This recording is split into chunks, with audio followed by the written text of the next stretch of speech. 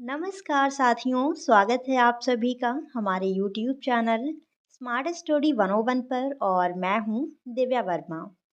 दोस्तों, आज की क्लास में हम हीगल के बारे में पढ़ेंगे और ये आपके लिए बहुत ही महत्वपूर्ण है, इसलिए वीडियो को ध्यान से देखिएगा। और अगर आपने अभी तक हमारे व्हाट्सएप और टेलीग्राम चैनल को ज्वाइन नहीं किए हैं तो जाकर कर लीजिए, लिंक आपको वीडियो के कमेंट बॉक्स में मिल जाएगी। और बाकी जो विद्यार्थी इस पीडीएफ को चाहते हैं वो हमसे टेलीग्राम चैनल पर कांटेक्ट कर सकते हैं। तो चलिए फिर पढ़ना स्टार्ट करते हैं। तो सबसे पहले यहाँ पर इनका पूरा नाम देखिए, नाम भी पूछा जा सकता है कि इनका पूरा नाम क्या है, तो ध्यान रखिएगा। हीगल का पूरा नाम क्या है? George Wilhelm Friedrich Hegel. ठीक है, तो सबसे पहले तो इनका पूरा नाम ही आपको ध्यान रखना है। इनका जन्म 27 अगस्त 1770 को स्टटगर्ट जर्मनी में हुआ था। आप जर्मनी ध्यान रखिएगा, ठीक है। और इनकी मृत्यु 1831 ईस्वी को जर्मनी में हुई थी। तो यहाँ पर हमने इनका पूरा नाम जान लिया और इनका जो जन्म मृत्यु है वो देख लिया। अब हम इनके बारे में सारी चीज़ें डिटेल से समझते हैं। तो पहला पॉइंट है यहाँ पर, जर्मन दार्शनिक हीगल से मार्क्सवाद का विचार पनपा, जिसे पाश्चात्य राजनीति व्यवस्था में बाहरी परिवर्तन ला दिया। तो आपको ध्यान रखना है कि जो हीगल हैं वो जर्मन दार्शनिक हैं, ठीक है, और इन्हीं से जो मार्क्सवाद का विचार है वो पनपता है। हीगल का दर्शन विरोधों का द्वंद्वात्मक परिहार कहा जाता है। ध्यान रखिएगा, इनका जो दर्शन है उसे विरोधों का द्वंद्वात्मक परिहार कहते हैं। नेक्स्ट यहाँ पर, हीगल ने सारी सृष्टि को विचार के विकास का परिणाम मानते हुए पक्ष यानी कि थीसिस, प्रतिपक्ष यानी एंटीथीसिस तथा समन्वय यानी कि सिंथेसिस का उल्लेख किया है।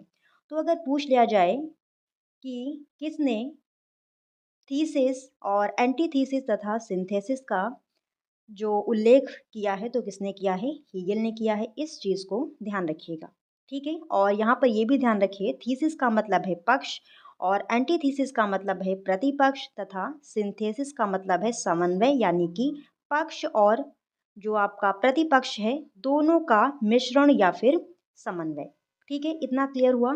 आगे समझिए, हीगल का यह सिद्धांत आध्यात्मिक विकासवाद का सिद्धांत कहलाता है, जो पश्चिम में हीगल में तथा भारत में अरविंद घोष में लक्षित होता है। यानी कि अभी आपने ऊपर पढ़ा पक्ष और प्रतिपक्ष तथा जो समन्वय है, अभी आपने इस लाइन को पढ़ा। तो ये जो सिद्धांत है इसे आध्यात्मिक विकासवाद का सिद्धांत कहते हैं। पश्चिम में यानी अगर हम यूरोप में देखते हैं तो ये सिद्धांत हमें हीगल के जो विचार हैं उनमें दिखाई देता है। और अगर हम भारत की बात करते हैं तो यही सिद्धांत अरविंद घोष में लक्षित होता है, ठीक है। फिर अगला पॉइंट है, प्रायः कहा जाता है कि जर्मन दर्शन में कांट का वही स्थान है। ध्यान रखिए, ऐसा बोला जाता है कि जर्मन दर्शन में कांट का वही स्थान है जो यूनानी दर्शन में प्लेटो का है, तथा कांट की तुलना में हीगल को जर्मन दर्शन का अरस्तु कहा जाता है। यह यह सत्य है कि हीगल का दर्शन कांट से विशेषता प्रभावित रहा है। हीगल का जो दर्शन है वो कांट से विशेषता प्रभावित रहा है, किंतु फिर भी दोनों में पारस्परिक अंतर है। जर्मन सौंदर्य शास्त्र को कांट के पश्चात हीगल ने ही सर्वाधिक सुदृढ़ सैद्धांतिक आधार एवं सार्वभौमिक परिप्रेक्ष्य प्रदान करने का प्रयास किया है। फिर अगला पॉइंट है यहाँ पर, इनका महत्व सौंदर्य शास्त्र के इतिहास में विशेषता इसलिए है, उन्होंने समस्त ललित कलाओं के सामान्य तत्वों के आधार पर एक व्यवस्थित कला सिद्धांत का निर्माण किया है। और इसके बारे में अभी हम आगे पढ़ेंगे कि इनका महत्व सौंदर्य शास्त्र में इतना क्यों है, ठीक है। हीगल ने संपूर्ण चिंतन को तीन भागों में बांटा है। इन्होंने संपूर्ण चिंतन को तीन भागों में बांटा है। वो भाग कौन कौन से हैं तो इन्हें थोड़ा ध्यान रखिएगा। पहला है तर्क, दूसरा है प्रकृति का दर्शन और तीसरा है आत्मा का दर्शन। अब अगला पॉइंट आता है यहाँ पर कला। इन्होंने कला के बारे में क्या कहा है या फिर जो कला संबंधित इनके विचार हैं वो हम पढ़ते हैं। तो पहला पॉइंट है यहाँ पर, हीगल का कला दर्शन प्रत्यय जगत का मतलब है इंद्रियों से अनुभव की जाने वाली भौतिक दुनिया या फिर विश्वात्मा पर निर्भर है। इनका जो कला दर्शन है वो प्रत्यय जगत या फिर विश्वात्मा पर निर्भर है। इनके अनुसार दृश्यमान जगत आभास मात्र है, दिखाई देने वाला जो जगत है वो केवल आभास मात्र है। अतः ये विश्वात्मा को ही विकास का मूल तत्व या फिर शक्ति मानते हैं। कौन? हीगेल। फिर नेक्स्ट पॉइंट है यहाँ पर, हीगेल ने विश्वात्मा को विकास का चरम तत्व माना है, इसे ध्यान रखिएगा। हीगेल ने जो विकास का चरम तत्व है किसे माना है? तो विश्वात्मा को माना है। और इसके विविध रूपों को ध्यान में रखते हुए हीगेल ने उसे एब्सोल्यूट माइंड या फिर इंटेलिजेंस भी कहा है। विश्वात्मा को इन्होंने एब्सोल्यूट माइंड या फिर इंटेलिजेंस भी कहा है। फिर अगला पॉइंट आता है यहाँ पर नेक्स्ट, हीगेल का सौंदर्य दर्शन त्रयात्मक है। हीगेल का जो सौंदर्य दर्शन है वो कैसा है? त्रयात्मक है। और द्वंद्वात्मक प्रक्रिया के अनुसार उनकी विश्वात्मा का विकास 3 स्तरों पर होता है, जिसे प्रायः कला दर्शन का हीगेलियन त्रय कहा जाता है। तो यहाँ पर आप केवल इतना ध्यान रखेंगे कि हीगेल का जो दर्शन है वो कैसा है? त्रयात्मक है। ठीक है। और विश्वात्मा स्वयं को 3 अवस्थाओं में प्रकट करती है, वाद, प्रतिवाद तथा संवाद। इन 3 अवस्थाओं का व्यक्तीकरण 3 दार्शनिकों के स्थलों पर, हाँ, 3 दार्शनिक स्थलों पर होता है, तर्क, प्रकृति, मनन। तो इस प्रकार की चीज़ें अगर आ जाएं कि तर्क, प्रकृति, मनन या फिर वाद, प्रतिवाद, संवाद से इनका संबंध किससे है? तो हीगेल से। ठीक है, इससे डीपली आपके पेपर में नहीं पूछा जाएगा, इसलिए मैं आपको जो फालतू की चीज़ें हैं वो बता भी नहीं रही हूँ, जो इम्पोर्टेंट है वही आपको बता रही हूँ कि ये चीज़ ध्यान रखिएगा। क्योंकि ये सौंदर्य शास्त्र है, अगर आप चाहें कि आप हर एक चीज़ बहुत अच्छे से समझ जाएं तो थोड़ा सा टफ है। ठीक है। और उतना मेरे पास अभी टाइम भी नहीं है कि एक एक पॉइंट को मैं बहुत डिटेल से आपको बता सकूं। ठीक है। अगला पॉइंट यहाँ पर समझिए, जो आपके लिए महत्वपूर्ण है वही मैं आपको बता रही हूँ। हीगेल के अनुसार कला वस्तुतः विचार का इंद्रिय अवतार है, अर्थात विचारों का संवेगात्मक प्रस्तुतिकरण ही कला में होता है। हीगेल ने विचार को 2 भागों में बांटा है। अब ये आप ध्यान रखिएगा कि हीगेल ने विचार को 2 भागों में बांटा है, शुद्ध विचार और अशुद्ध विचार। ठीक है। हीगेल ने कला को सत्य की अभिव्यक्ति कहा है। ठीक है। तो ये यहाँ पर जो स्टेटमेंट होते हैं वो आप ध्यान रखिएगा। हीगेल ने कला को क्या कहा है? सत्य की अभिव्यक्ति कहा है। और हीगेल ने कहा है कला वाद है, धर्म प्रतिवाद है तथा दर्शन संवाद है। तो इस प्रकार से अगर पूछ लिया जाए कि कला वाद है, धर्म प्रतिवाद है, दर्शन संवाद है, किसने कहा है? तो हीगेल ने कहा है। और कला सत्य की अभिव्यक्ति है, किसने कहा है? तो हीगेल ने कहा है। तो ये चीज़ें आपको ध्यान रखनी है। बाकी फालतू की चीज़ें आप अपने माइंड में बिल्कुल भी मत रखिएगा, वरना फिर आप ही कंफ्यूज होंगे, क्योंकि ये सौंदर्य शास्त्र है, इसमें सारी चीज़ें आपको मिक्स होती प्रतीत होंगी। फिर अगला पॉइंट आता है यहाँ पर, हीगेल ने लिखा है मस्तिष्क से प्रकृति श्रेष्ठ है। हीगेल ने क्या कहा है कि मस्तिष्क से प्रकृति श्रेष्ठ है, कला का सौंदर्य प्रकृति से श्रेष्ठतर है। तो ये जो स्टेटमेंट है ये आप याद कर सकते हैं, क्योंकि यही पूछे जाएंगे और जो भी इंपॉर्टेंट चीज़ें हैं वो मैं आपको बता दे रही हूँ। फिर प्राकृतिक सौंदर्य मस्तिष्क के सौंदर्य की छाया मात्र है। तो ये चीज़ें आप ध्यान रखिएगा। फिर अगला यहाँ पर पॉइंट दिया हुआ है जो कि बहुत ही ज़्यादा महत्वपूर्ण है। अब हीगेल का जो सबसे महत्वपूर्ण भाग है, जो आपके पेपर में जरूर पूछा जाएगा, अब वो स्टार्ट होता है। तो यूरोप में हीगेल ही प्रथम सौंदर्य शास्त्री थे जिन्होंने कला का वर्गीकरण किया था। इसने समस्त विश्व की कला को 3 भागों में बांटा है। अगर पूछ लिया जाए कि विश्व की कलाओं को हीगेल ने कितने भागों में बांटा है, तो 3 भागों में बांटा है। और वो 3 भाग कौन कौन से हैं? तो ध्यान रखिए। पहला है प्रतीकात्मक, जिसको हम इंग्लिश में कहते हैं सिंबॉलिक। दूसरा है शास्त्रीय, जिसे हम इंग्लिश में कहेंगे क्लासिकल। और तीसरा है स्वच्छंद, जिसे हम कहेंगे रोमांटिक। ठीक है। अब समझिए यहाँ पर हीगेल ने समस्त विश्व की कलाओं को 3 भागों में बांटा है, प्रतीकात्मक कलाएं, शास्त्रीय कलाएं और स्वच्छंद कलाएं। अब प्रतीकात्मक कलाएं कौन सी होती हैं, या फिर जो प्रतीकात्मक कलाएं हैं उसमें हीगेल ने कौन सी कला को रखा है? तो उसमें इन्होंने रखा है वास्तुकला को या फिर स्थापत्य कला को। और मुख्य रूप से इन्होंने मिस्र के पिरामिडों को प्रतीकात्मक कला के अंतर्गत रखा है, मिस्र के जो पिरामिड हैं। ठीक है। फिर अगली आती है शास्त्रीय कला। इसमें इन्होंने यूनान की मूर्ति कला को रखा है। ठीक है, जो शास्त्रीय कला है इसमें इन्होंने यूनान की मूर्ति कला को रखा है। ये सारे पॉइंट बहुत ही महत्वपूर्ण है, आप ध्यान रखिएगा। और कहीं पर कोई कंफ्यूजन हो, कोई पॉइंट आपको समझ में ना आए तो आप हमसे टेलीग्राम चैनल पर डिस्कस कर सकते हैं। और नेक्स्ट है यहाँ पर स्वच्छंद कलाएं, जिन्हें हम रोमांटिक भी कहते हैं, रोमांटिक कलाएं। ठीक है, या फिर हाँ, तो इसमें इन्होंने वर्तमान की कला को रखा है, वर्तमान समय की, जैसे कि काव्य कला, संगीत कला और चित्रकला।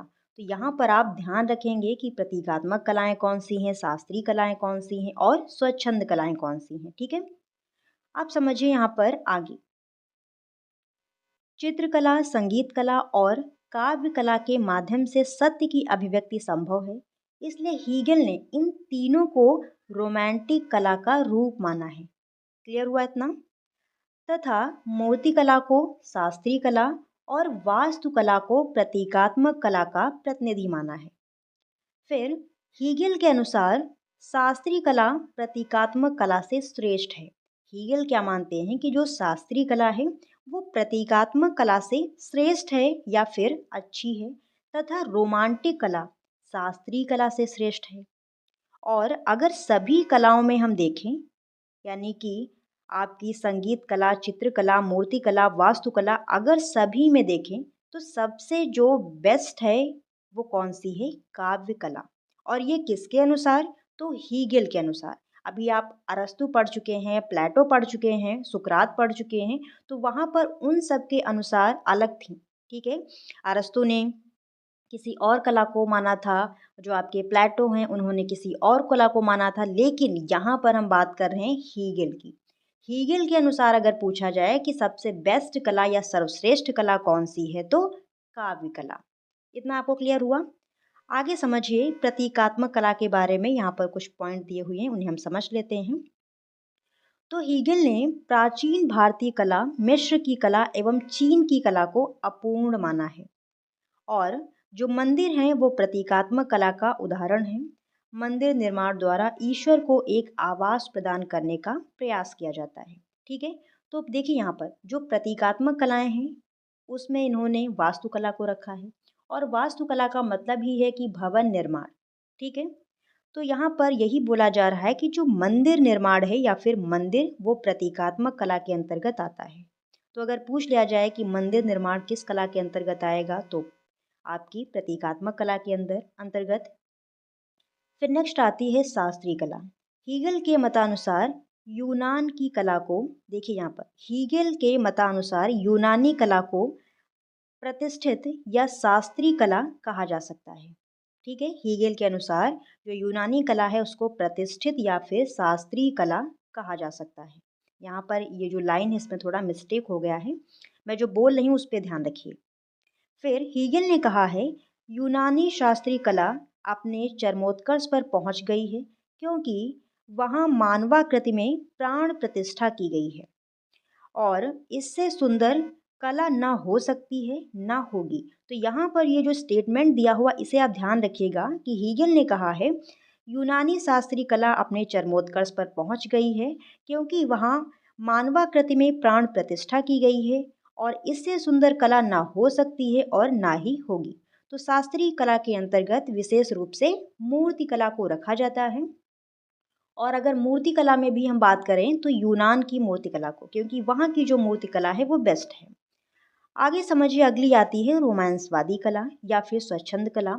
हीगल ने कहा है शेष दो प्रकार की कलाएं, यानी कि आपकी प्रतीकात्मक कला और जो आपकी कौन सी थी, हाँ, शास्त्रीय कला। ठीक है, तो यहाँ पर हीगल कह रहे हैं कि शेष दो प्रकार की कलाएं, शास्त्रीय कला और प्रतीकात्मक कला, इनके बारे में हीगल कह रहे हैं कि आत्मा या चेतना के तटवर्ती प्रदेशों में इधर उधर भटकती रह जाती हैं। ये बात कही इन्होंने शास्त्रीय और प्रतीकात्मक कलाओं के बारे में।